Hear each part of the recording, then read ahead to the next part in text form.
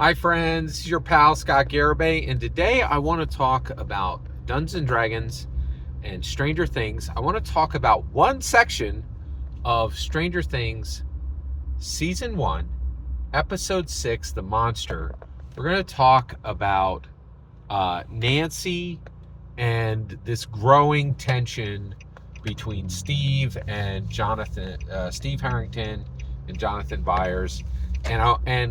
I want to be looking at this through the lens of a dungeon master's observation, but specifically thinking about Will Byers in all this, and just looking at season 1 through the lens of Will Byers. So, Nancy, whew. So one, she's a handful, right? Like we're starting to see that, like, and what's really fascinating is,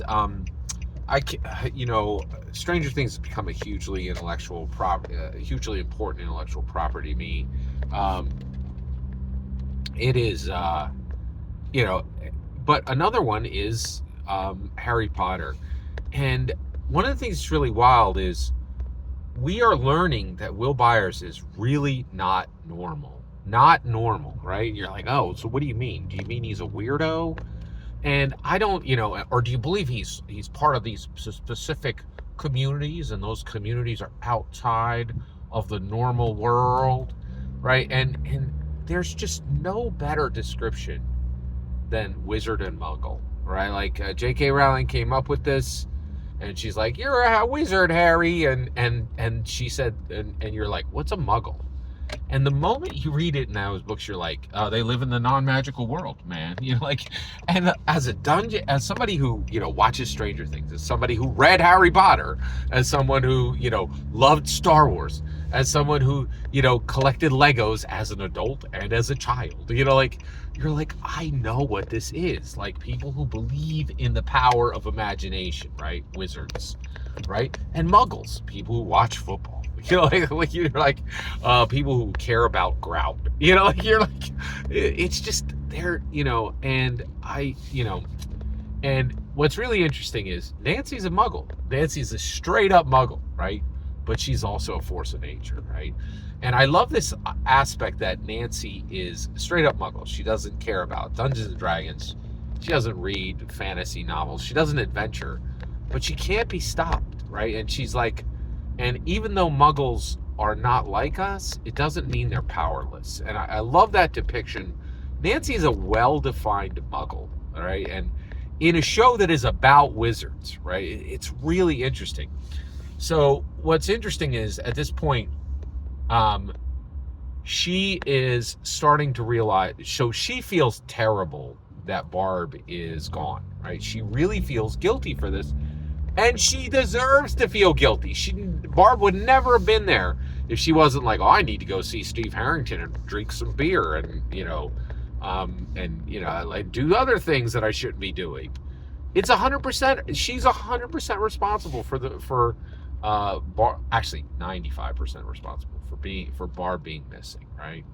There's like 2% that Barb should have said no, and there's 3% that the Demogorgon shouldn't have been there. There you go.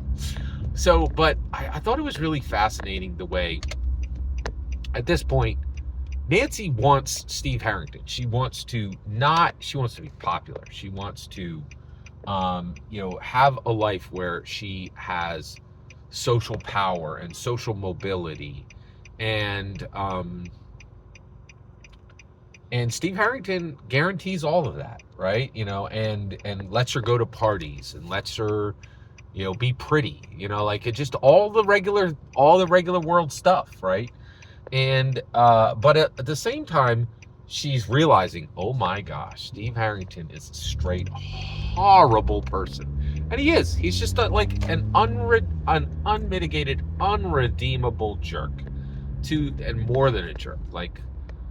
Probably, if he doesn't get interrupted, he'll probably end up being Me Too'd later in life. He's just terrible. He's a terrible, terrible person.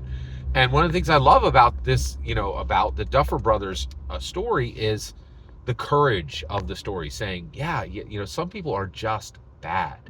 Like and there's this concept that, that, there really aren't bad people. They're just bad situations. No, he's a horrible, horrible person, right? And Nancy is seeing that, right? She's starting to see that. And at the same time, Jonathan Byers is here and Will is missing. Will is gone. He's in the same place Barbara is, right?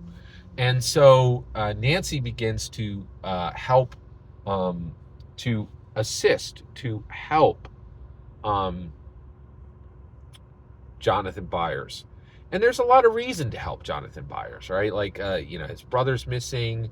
And like, she owes something to Jonathan Byers because Will Byers was there. Will Byers was there, like there at the, Will Byers was there playing Dungeons and Dragons with Nancy's brother. She saw him. She saw Dustin Henderson. There's a scene where Dustin Henderson like offers Nancy pizza, and like she doesn't even talk to him. And I think she's realizing, these people were in my home. I knew Will, and Jonathan would come over and pick him up. And she's also realizing that as she builds this social construction of popularity, there's people like Jonathan who are left outside, right? And that part of popularity is exclusion. And Nancy is seeing this. And this is so well crafted by the Duffer Brothers that that we see what, you and I know what it's like to have our books knocked out of our hands, to be made fun of, to be ostracized because we believe in the power of imagination, the way SpongeBob would say, imagination, and to be like excited about things that aren't real. Like, we've all been there, right? Like I remember reading the Lord of the Rings book and just falling into that world, going into Star Wars and going, this will change my life. And other people are like, what are you talking about? Lightsabers aren't even real. How's that going to change your life?